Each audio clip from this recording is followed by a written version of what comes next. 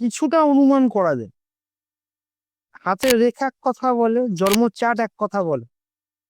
এটাকে বুঝতে হবে। কিছু পরিস্থিতি কেউ মানে মায়ের পেট থেকে চরিত্রহীন হয়ে আসে না। গ্রহ নক্ষত্রের যখন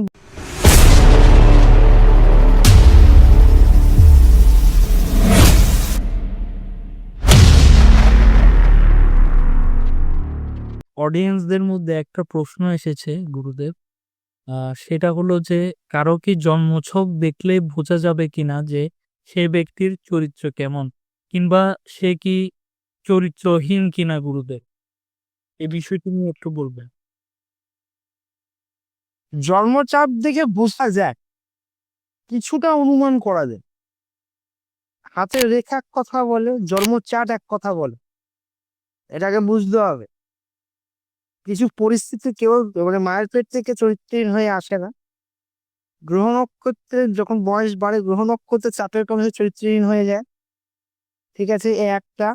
দ্বিতীয় পরিস্থিতি, তার পারিবারিক, তার পরিবার অনেক কিছু ডিপেন্ডেবল করে। যেখানে বাস করছে তার পরিবেশটা ডিপেন্ডেবল করে। এইবার ব্যাপার হচ্ছে জন্মচারটা আগে দেখতে হবে, কোথায় তার জন্ম, কোথায় ও তখন যে সময় জন্মেছে সেই সময় পরিস্থিতি কি ছিল। বেশিরভাগ ক্ষেত্রে যেটা দেখা যাচ্ছে, যদি শুক্র গ্রহ শুক্র গ্রহ যদি 7 নম্বর ঘরে 28 ডিগ্রি থাকে, শুক্র গ্রহ 7 নম্বর ঘরে যদি 28 ডিগ্রি থাকে এবং তার মধ্যে যদি রাহুর দৃষ্টি আবার থাকে, তাহলে কিন্তু একটু লোকের অসৎ আকর্ষণ বাড়ে এবং তার দুশ্চরিত্রতার একটা লক্ষণ প্রভাব দেখা যায়। কিন্তু তাও সেটা উম, বুঝতে হবে। গ্রহ নক্ষত্র ম্যাটারটা দেখে বুঝতে হবে, চার দেখে অ্যানালাইজ করে।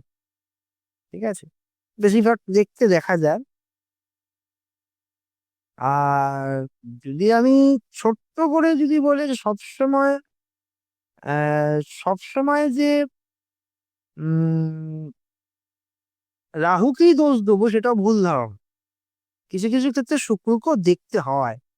শুক্র, ওই যে বলে দিলাম আমি, শুক্রকে দেখতে হয়। আর ছোট্টর মধ্যে একটাই শুধু নেক্সট ভিডিওতে বলবো যে বেশিরভাগ ক্ষেত্রে কোন কোন রাশিগুলো দুশ্চরিত্রের প্রভাব দেখা যায়, আমি নেক্সট ভিডিওতে বলে দেবো। জয় মহাকাল। জয় মহাকাল।